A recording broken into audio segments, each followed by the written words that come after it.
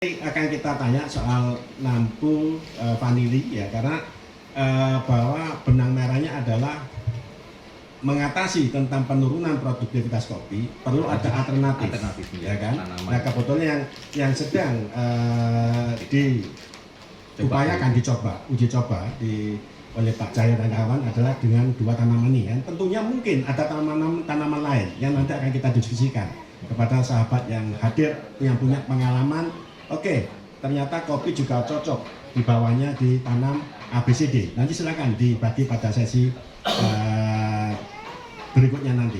Nah, masih ada yang mau saya tanyakan ke Pak Deo. Berdasarkan pengalaman nih, saya pernah dapat video dari masyarakat di Sumbersari yang sekarang hadir, yang mereka menebangi pohon kopi yang di wilayah UB Forest, yang dengan alasan ini tidak menguntungkan, sehingga ditebangi, ya kan?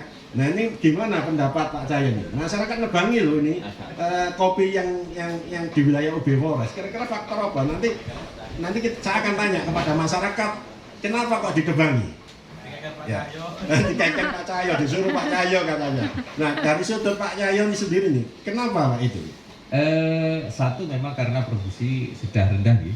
Karena memang sudah rendah, petani memiliki keinginan sebenarnya. Di samping satu pohon kopinya sudah agak tua nih, kalau tidak salah sudah agak tua Pak, itu alasan saya tahu betul. Dan memang untuk meremajakan untuk kopi, menurut saya Bapak dan Ibu, ini teknik mungkin yang sudah mungkin petani sudah pernah lihat ya, kita bayangkan ini kita bandingkan Pak. Jadi ketika ada suatu teknik yang sekarang ini di kopi ya, caranya untuk memangkas di kopi adalah dipotong, betul atau enggak? Gitu, secara teknisnya saya mas-mas penggiat kopi kan ngatain ya, dipotong atasnya agar cabang sampingnya keluar. Begitu ini diimplementasikan di hutan dengan naungan pinus, apa yang terjadi? Mati mas, tidak selamat. Yang dan mati kopinya apa pinusnya? Kopinya apa? Kopi. Ya, karena apa? Nyon sewu. Kopinya sudah tua, kasarannya nyon sewu dipun kebiri. Terus pun dirasanya itu. Nyon sewu. Kalau misalnya sunat sudah terlalu tua, terus pun. Nah, itu ya. Kopi tidak mampu tumbuh Bapak dan Ibu sekalian pada kondisi yang demikian karena dia butuh tenaga yang cukup besar untuk tumbuh lagi. Maka dari itu yang ini yang diploklek sebagian nyon sewu ini bukti. Nggih napa mboten? Buktinya gitu ya, betul ya? Yang diploklek sebagian itu jumlah tunasnya itu lebih besar. Ditambah lagi nyon sewu Bapak dan Ibu, yang lupa adalah makanan.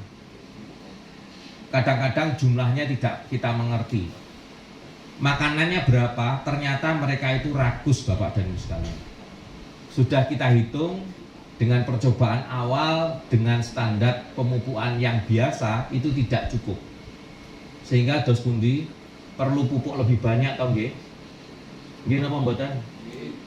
Itu Pak. Jadi ketidakmengertian bahwa dengan kondisi yang tercekam, dengan kondisi yang tidak ideal, nyon sewu kita kademen, pas kademen, mame kata napa mboten? Tambah banyak nggih. Berarti makanannya Pak.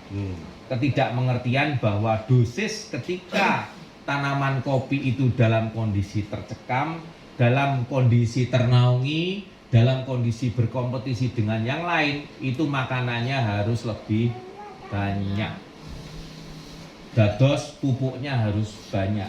Tetapi kalau itu saya ungkap di atas, saya pasti ditagih Pak Robiul, Pak pupuknya pundi? Lah, kurang pupuknya. Nah, itu penelitian tidak hanya dari kami saja Bapak. Mereka sudah paham, mereka sudah tahu, dan semua itu adalah suatu konsekuensi kita semua. Apabila pemerintah mau tetap menjaga kopi berproduksi di kondisi di bawah hutan pinus, nyon sewu, pupuk juga harus ada, distribusinya ada, gampang mendapatkannya, dan yang pertama kali adalah murah harganya. Tidak hanya dari pupuk pemerintah ya, ada pupuk kandang macam-macam yang bisa kita manfaatkan.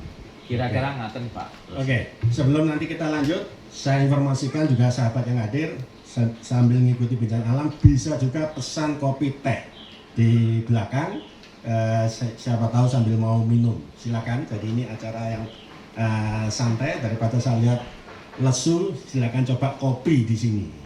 Karena kita topnya kopi teh, cuma saya juga nggak tahu ini kopinya kopi wilayah mana, apakah kopi Gunung Kawi, Gunung Arjuna. Silakan nanti yang mau pesan ke belakang, ke Mbak Erlin sama Mas Arti. Nah, menarik bincang alam hari ini tentang kopi pinus agroforestry. Saya pernah beberapa kali berkunjung ke Bondowoso, Pak Cahyo, di kaki atau tepatnya lereng Gunung Ijen. Yang menarik bagi saya, di sana ada banyak tanaman kopi yang di bawah tegakan pohon rimba yang cukup lebat, ya. Penutupan kanopi mungkin 70%, ya. Tetapi produksinya bagus, kopinya, gitu kan. Itu yang saya melihat di lapangan. Nah, itu yang nanti mungkin sahabat kalau ada yang mengetahui itu bisa juga dibagikan informasinya. Bagaimana tips untuk merawat kopi di bawah tegakan pohon. Karena yang harus kita ingat adalah ketika kawasan itu ditetapkan menjadi hutan, UB Forest itu hutan. Kemudian kawasan perhutani itu tetapkan juga hutan. Maka ciri hutan itu harus ada tegakan pohon.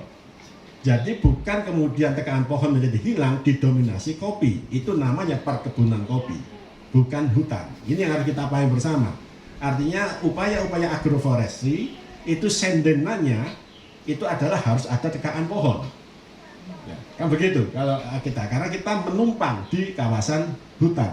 Jangan kemudian menjadi dibalik, karena di beberapa daerah Pak Cahyo itu tidak di UB Forest, itu malah ada yang salah kaprah. Jadi ada hutan lindung yang dibuka oleh petani. Pas ketemu tim patroli kami, kita tanya untuk apa? Untuk kebun kopi, Pak. Lah, sopo sing ngongkon? Perhutani. Gitu. Kemudian saya telepon, ya, aspernya, ya, saya telepon mantrinya. Ternyata perhutani tidak pernah memerintahkan penebangan pohon di hutan lindung untuk kopi. Ada salah penafsiran di lapangan karena mungkin ada tim yang gencar mempromosikan kopi, ditanggap baik, ya, tapi kemudian dengan cara salah, Pak, sehingga hutannya ditebang. Nah, ini yang kita juga harus hati-hati, karena kalau kita melihat tadi data kan dari ISO International Coffee Organization bahwa kita masih posisi 4 produsen kopi di dunia, ya, kita masih kalah dengan Brasil bahkan Kolombia. Sementara potensi luar biasa besar. Saya bukan ahli kopi, tapi saya melihat di beberapa daerah ternyata kopi produksinya cukup bagus di bawah tegakan pohon. Yang saya melihat secara langsung, itu yang nanti akan kita diskusikan dengan sahabat yang punya pengalaman-pengalaman di lapangan. Silakan dibagi, termasuk nanti saya akan juga menagih pengalaman dari Mas Yusuf, barangkali bisa menyampaikan apakah tanaman dua ini juga cocok buat tegakan kopi, apalagi di bawah kopi. Karena kalau kita lihat teori ekologi kehutanan, di hutan itu nanti akan ada stratifikasi, ya kan? Jadi strata 1A paling atas tetap harus berupa tegakan pohon. Itu ciri hutan. Kalau hutan harus ada tegakan pohon. Baru ada strata 2, strata 3, apakah strata 2-nya kopi atau kopi jadi strata 3, strata 4-nya apa yang punya nilai ekonomi. Itu yang nanti akan kita juga bahas, diskusikan bersama Pak Cahyo dan sahabat semua. Oke, saya akan coba, karena ini hadir juga pegiat kopi, Pak. Ini Mas Hari, ya. Saya bertemu di Gunung Pucung. Kebetulan Gunung Pucung di kelompok tani sana, dampingannya Profauna juga. Mungkin Mas Hari bisa kasih pengalaman deh, bagaimana suka dukanya, banyak sukanya atau banyak dukanya nih mengkopikan hutan, tanda petik, ya. Jadi supaya masyarakat dapat keuntungan secara ekonomi tapi hutan juga lestari, karena topik kita adalah situ. Mungkin Mas Ari bisa menyampaikan, saya kira karena ruangannya terlalu besar, suaranya cukup lantang, orang hutan itu biasanya suaranya lantang, gitu kan. Kalau nanti kurang lantang, segera pesan kopi Mas Ari. Ya. Oke, silakan Mas Ari, mungkin bisa kasih pengalamannya.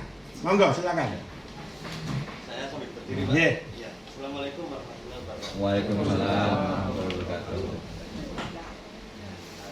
Memang kalau saya, Pak, ya, lebih fokus di bidang kopi, terutama mulai dari Pak Bambang itu waktu tugas di sana sama almarhum Pak Teguh. Karena apa? Waktu itu kita sering komunikasi. Pulau itu paling seakan itu kali mandor-mandor, Pak. Bendino nek udan iki mesti ndonga, muga-muga gak banjir. Betul. Banjir rusak kabeh iki. Karena tanggung jawab. Iya. Sedangkan di daerah situ, Pak, untuk kopi itu ada beberapa tips. Ada yang saya potong. Saya dapat garapan, seluruh kopi saya potong semua. Dan satu nggak ada yang mati. Berapa luasnya waktu itu yang dipotong? Mas? Berapa pohon? Sekitar ada seperempat hektar. Seperempat hektar. Dipun potong dol nggih, Pak. Potong del Potong dol nggih. Berarti Iya. sami nggih menika, Iya. mboten wonten ingkang anu nggih. Sami nggih, ngaten nggih. Boten. Nggih sami, Iya. Pak. Dan itu kenapa saya potong? Karena udah panjang. Udah panjang-panjang, nggih. Betul berarti. Sama nggih. Iki nek kopi model koyo ngene iki intensitas buahnya semakin rendah, Nggih. mundune angel. Lah nggih. Kula wonten. Nggih, betul. Kula Ngaten potong nggih. semua. Ngacar-ngacar ngaten nggih. Sami Nggih. nggih. Nggih. Kula potong semua. Del. Ini enggak saya kurangi, Nggih. bahkan petani saya suruh nanam alpukat. Mungkin Pak Rosek Iya. pun Semarang daerah itu. Saya di situ kerjasama sama beberapa pembagian bibit alpukat. Bila saya itu sudah sekitar 8.000 konten. Jadi pinus masih saya tambah alpukat. Wah, nggih. Dan kopi. Dan kopi. Gimana cara kopi itu supaya bisa lebat? Itu ada juga beberapa varietas yang bentuk. Nggih. Ada kopi kecil, termasuk yang sekarang lagi booming Komasti sama Komasti. Kayu atau Kayu. yang ada beberapa varietas. Kalau menurut saya, Pak, ya, kopi itu nggak perlu berbuah lebat. Tapi size ukuran kopi itu size-nya besar. Dan itu malah lebih dari kita punya kopi berbuah lebat yang size-nya kecil. Nah, berarti Itu, harus Pak. besar. Harus besar Itu, nggih. nggih, varietas-varietas Yang makanan. Dan ini saya kan juga ngajul Pak Ngiat Sami mau tengene alas. Sami. Sering ada Pak, abang gini. Nah, itu saya tebang itu secara teori 2,5 tahun itu baru belajar berbunga. baru belajar berbuah. Nggih, betul. Dan sekarang monggo menawi badhe ningali. Sip. Saya tebang 1 tahun sudah berbunga. Hmm. Gimana caranya? Nggih. Itu saya untuk pupuk saya los. Nah, Pupuk terutama pupuk kalau saya Pak ya, nggih. pupuk ayam itu saya los waktu pertama kali. Tapi ada tapinya. Nggih. Kalau tingginya sudah sesuai keinginan kita sekian, ya betul usah diterus mau ayam, mau ada terus ya. Jadi serintil atau yang lainnya. Apa serintil itu? Serintil kotoran kambing. Oke. Iya. Jadi kalau ayam itu Kotoran untuk kambing. nyetut. Nyetut, nggih. Ayo tang gede, no. Kalau beres pangkas. Dan saya ada bukti kalau bahwa ini kurang video Pak ya. Wonten di bawah pinusan rapat ya. Dan itu kalau katanya luar biasa. Iya, Kelebatan kopinya jenisnya, maksudnya. nggih. Jenis Pak, jenisipun. Jenisnya itu ada prototipe 88, P88, ada Komasti, ada Ateng Super. Nggih. Ateng Super itu kalau bahasanya orang biasanya kopi Jawa Pak. Kopi Jawa sih dianggap kopi pager elek. Iya elek, beneran nggak dirima. Jadi kalau dipangkas dan disisakan yang namanya pangrojo nek jalan pangrojo terusan diwewel pangbalik itu dihilangin semuanya. Jadi kita itu menyisakan untuk tangkai itu maksimal cuma 6 tangkai. Iya. Tapi pangkipasnya yang di bawah itu baru. Jadi sedangkan ada beberapa teman yang mempraktekkan mengurangi pupuk. Pupuk dikurangi tapi bisa berbuah. Ya apa caranya? Hutan nggak pernah orang pupuk atau apa wit-witan dia tetap subur sehat. Ya. Tak apa mikir. Akhirnya oh berarti bodong-bodong sih lumpur. Iki tadi pupuk ini. Yang Humus. terjadi teman-teman itu diri jiwa di babat ditaruh di bawahnya kopi dan itu dipacul Pak, dicangkul. Tapi bukan muter gitu, ada muter bisa-bisa mati kopinya. Jadi untuk tahun ini kotoran reseknya itu dimasukkan ke samping. Untuk tahun depan samping sampai puter.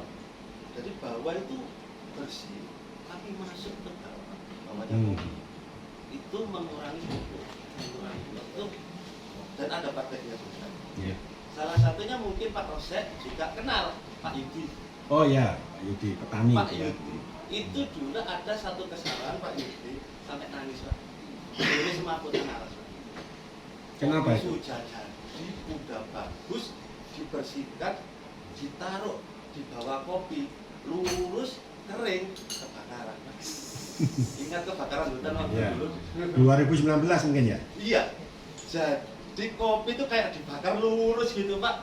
Lebatannya ekstrim. Satu hari itu panen 2 pohon nggak selesai.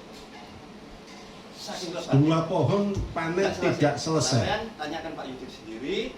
Dan itu pun bibit Pak Yudi dari Mas Tono juga. Dari Mas Tono Sumbersari, Burung Gagal itu. Mas Tono. Dan itu dipraktekkan. Dan untuk tingkat kelebatan pinus mungkin Pak Rosek sendiri sudah tahu. Rapatnya seperti apa Pak? Rapat. Itu ekstrim. Pak Bambang ya, semenap ya. Rapatnya kayak apa Pak? Tapi kayak gembel terus Pak. Ya apa cara nih? Nah itu mungkin kalau ada kendala-kendala mungkin bisa juga sedikit lagi. Ya. Mungkin bisa pengalaman dari alam mungkin. Katanya orang petani itu gini. Wong itu gak belajari tanduran, tapi tanduran sih belajari wong. Jadi tanaman sendiri yang belajari orang itu. Oh tanaman ini kayak gini belajar. Jadi memang hutan harus hutan. Dan saya belum pernah yang namanya pinus atau tegaan saya rempes, saya bunuh, malah saya tambah aku kata. Kenapa seperti itu? Ini di daerah sana itu ada beberapa tunas penggarap dan tanam sayur dan usianya sudah 50 tahun. Saya bilang, Pak, jenengan ini yang nanami sayur 20 tahun lagi, 25 tahun, jenengan kuat maju kan? Sampai 400 pensiunan Pak. Nggak usah rapot teman-teman bayaran. Tanduri kopi, wah kopi kurang nih. Nah, sama kayak yang buka. Jadi 1 tahun 2 kali. Perawatan biayanya nggak terlalu mahal. Untuk tegaan dimulai dan dukungan dari segala elemen ya alhamdulillah saya. Jadi yang terjadi itu akhirnya sadar. Ya wis aku njaluk 350 triliun aku kan njaluk ini. Dan saya izin sama Pak, kula kajeng mulai bagi kopi nang alas, ya tanah alas. Tapi kopi itu kok bang tanah alas mana? Bisa Bapak, gak apa-apa kasih ngono. Ya wis. Jadi memang tanah alas hutan nggak saya bawa turun. Kan hutan, cuman kita bikin polybag dan itu saya bagikan 5 tahun yang lalu sampai sekarang. Oke. Di petani bisa. Nggak ada itu. Ya, untuk penyampaiannya cukup. Ya. Terima kasih. Ya. Terima kasih Mas Hari. Tadi sahabat menyampaikan bahwa ternyata fakta di lapangan, pengalaman beliau justru beliau mengatakan tidak ada masalah sebetulnya dengan kerapatan kanopi pinus dengan produktivitas kopi. Bahkan dalam kasus beliau itu malah juga ditambahi pohon apukat yang juga punya nilai ekonomi, karena memang salah satu masalah serius kehutanan di Jawa itu memang pertanian sayur yang masuk ke kawasan hutan, terutama juga sampai masuk ke kawasan hutan lindung yang sebenarnya tidak ada sayur, sehingga penanaman pohon seperti apukat, kemudian kopi yang masih berbatang keras kayu, itu mungkin bisa menjadi salah satu solusi untuk meminimalkan dampak yang tadi Pak Cahyo sampaikan di awal, longsor, banjir dan sebagainya. Kita masih ingat bulan November 2021 di Bulukerto, Bumiaji, ya, Kota Batu terjadi banjir bandang yang sangat dahsyat, yang itu mengejutkan, mengagetkan banyak pihak, yang kita tidak bisa 100% menyalahkan curah hujan yang tinggi karena itu memang sudah adanya demikian, tetapi ada faktor-faktor yang memperparah. Salah satunya adalah ya pembukaan hutan lindung yang untuk tanaman sayur. Saya kira secara konsep dan teori ekologi itu memang memperburuk sedimentasi, memperburuk aliran air yang semakin deras. Nah itu akhirnya menggugah banyak pihak, pemerintah, perhutani, masyarakat untuk mulai waspada dan mulai mencari pola bagaimana sayur harus dikurangi, bahkan kedepannya harusnya hilang. Ya, dalam konteks di hutan lindung. Nah hutan itu ya kayu gitu kan. Nah ini yang mungkin kopi menjadi salah satu solusi ya, yang bisa kita tawarkan. Kita ke Mas Yusuf, tadi sudah disentil sama Pak Cahyo, apakah sudah ada data penelitian, kajian gitu kan, bahwa ada tanaman yang punya nilai ekonomi yang bisa di bawah kopi, jadi artinya di strata mungkin di bawah kopi, yang harapannya ketika produktivitas kopi sedang menurun, panen menurun, itu bisa menjadi alternatif. Monggo, Mas Yusuf. Selain ini, apakah ada yang lain? Silakan. Ya, terima kasih Pak Rosyad dan Pak Cahyo sempat disentil. Jadi terkait ini pengalaman saya memang untuk pandemi memang sudah umum ya, tapi setahu saya itu memang terbuka, ya bisa dibudidayakan. Tapi mungkin nanti Pak Cahyo bisa sedang melakukan penelitian di Wipres, mungkin hasilnya juga bagus gitu. Terkait dengan nampu itu sebenarnya tanaman bawah asli hutan setahu saya. Tapi memang ada dua jenis yang saya tahu, ada yang menyebutnya itu apa namanya nampu merah dan nampu hijau. Nah, itu memang tanaman hutan. Tapi untuk khasiatnya di tempat saya itu sejauh ini memang belum mengkaji apa kandungannya. Tapi memang dari beberapa informasi dan media itu sudah menyebutkan bahwa jenis tanaman ini memang memiliki istilahnya metabolis sekunder gitu, atau zat aktifnya yang bisa dimanfaatkan setelah saya untuk aromaterapi. Selain itu kemarin kami juga dengan bersama Bu Endang, Pak Rosyad, itu coba mengenalkan talas beneng. Nah itu memang tanaman lokal dan juga hutan yang potensinya juga bagus. Kami juga bermitra dengan petani, istilahnya beliau juga petani pegiat untuk pengenalan jenis tanaman ini di daerah Kasembon yang memiliki yang punya Desapa itu loh, kafe Desapa, ya. Nah, yang juga ada pada pesan di situ. Ya, beliau itu juga memiliki istilahnya ya kebun untuk menanam itu karena potensinya besar, karena untuk batang itu kan semacam talas bode ya. Tapi kalau bode itu kita makan, yang kita konsumsinya itu bulatan-bulatan yang di pinggirnya. Tapi ini yang cengkoknya, yang untuk yang talas beneng itu. Kalau biasanya kemarin kita juga melakukan sosialisasi pas di Bepors itu, beliau yang masyarakat di sana itu mengenal kajar. Nah, semacam kajar begitu. Itu potensinya juga besar untuk tepungnya. Tepungnya itu kalau kita dikelola, diproduksi menjadikan tepung, itu sangat bermanfaat bagi anak berkebutuhan khusus. Karena kandungan istilahnya karbohidratnya itu rendah. Jadi bisa digunakan sebagai terapi. Itu kemarin juga sudah dicoba oleh Bu Endang dan tim, itu dijadikan cake. Jadi dari bahan itu, tepung itu. Kemudian selain itu daunnya juga dimanfaatkan ternyata sebagai gantinya tembakau. Jadi itu rokok. untuk yang merokok tuh. Gitu. Kemarin kami bermitra dengan yang di Kasembon itu, sebenarnya kami tujuan ke sosialisasi ke Sumbersari juga mengenalkan, dan juga ini sebenarnya ke depan itu ingin bermitra. Kalau misalkan karena beliau itu sudah siap untuk menjadi penyuplai bibit, dan juga misalkan sudah panen, itu juga menjadi istilahnya penerimanya.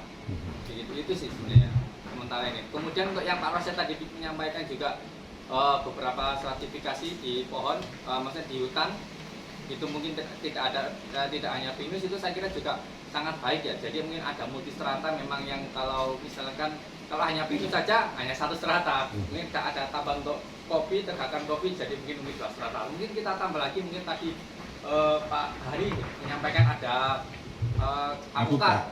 Jadi ada tambah stratifikasi lagi. Kami kemarin coba untuk menambahkan di area restorasi tempat penelitian kami di UB Forest itu menggunakan jenis beberapa tanaman lokal juga, sukun, bendo kami coba di sini.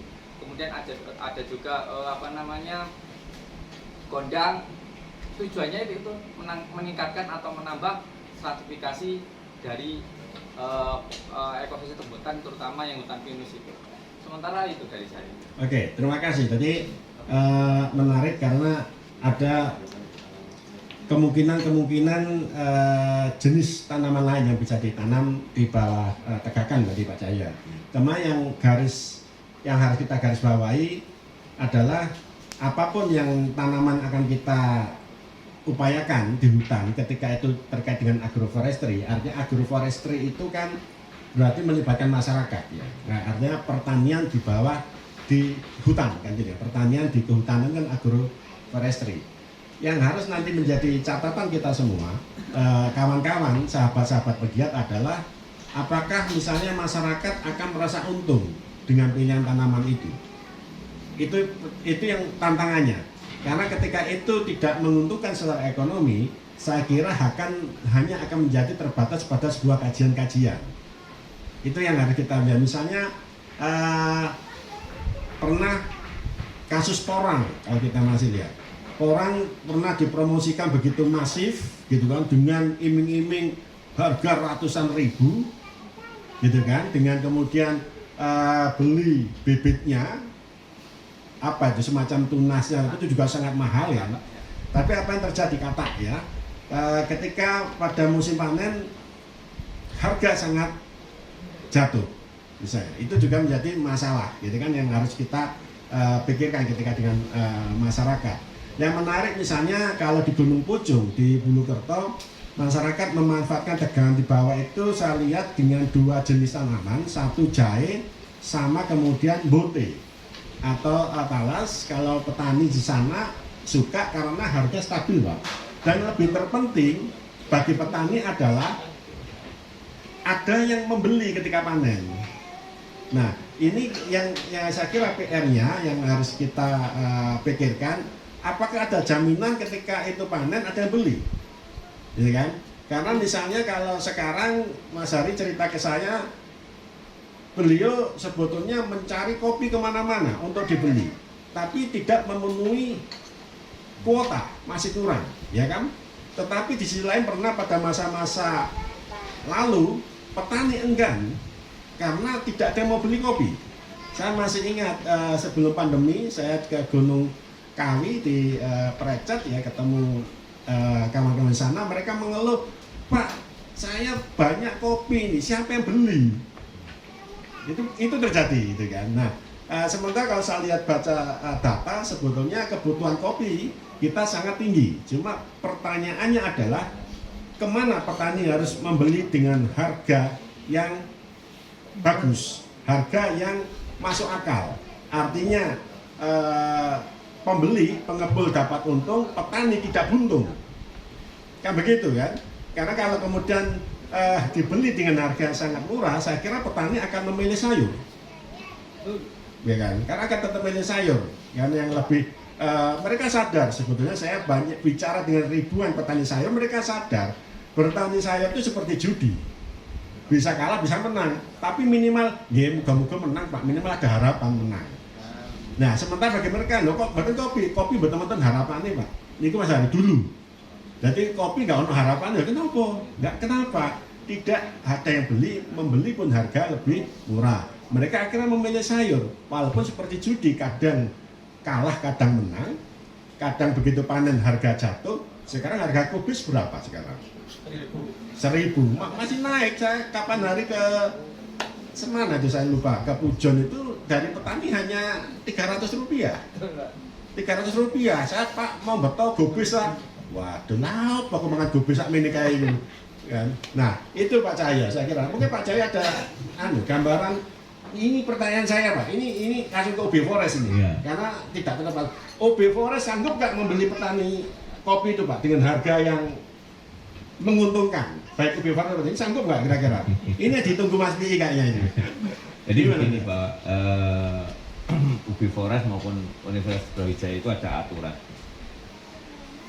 Ada aturan bahwa ada keterbatasan di dalam rangka untuk melakukan bisnis. Maka dari itu kita selalu mendorong pada saat ini monggo yang KTH ataupun warga masyarakat membuat koperasi. Nah, nanti koperasi inilah yang nantinya akan menjembatani antara masyarakat dengan pihak Brawijaya. Boleh Brawijaya yang membeli ataupun pihak luar monggo lah nanti kerjasama dengan kami, dengan Brawijaya, karena prinsipnya Brawijaya itu tidak boleh melakukan suatu bisnis yang ada aturannya, Pak. Ada aturannya yang tidak boleh melakukan aktivitas pembelian secara langsung.